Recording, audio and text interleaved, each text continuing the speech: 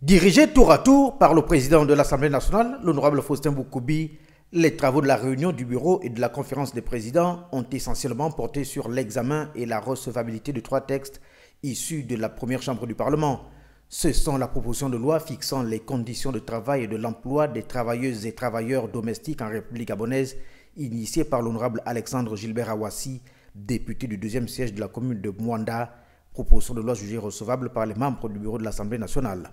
Autre texte soumis à l'appréciation de l'instance dirigeante de l'Assemblée nationale par l'élu du 2e siège de Mwanda, la proposition de loi d'orientation de la responsabilité sociétale des entreprises en République gabonaise. Texte jugé également recevable sous réserve d'un complément d'information.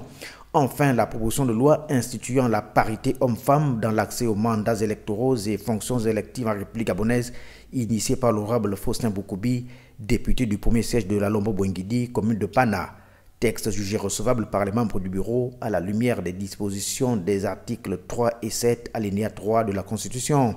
Faisant par la suite le point sur les travaux législatifs, il ressort 5 textes en cours d'examen au sein des différentes commissions.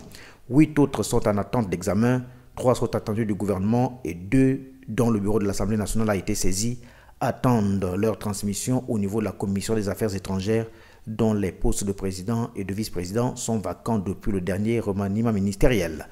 Signalons enfin que ces 2 réunions ont été l'occasion pour le bureau de l'Assemblée nationale de donner des orientations quant à la cérémonie de présentation de politique générale du tout nouveau Premier ministre, chef du gouvernement, prévu ce mardi 24 janvier 2023 au Palais Léomba.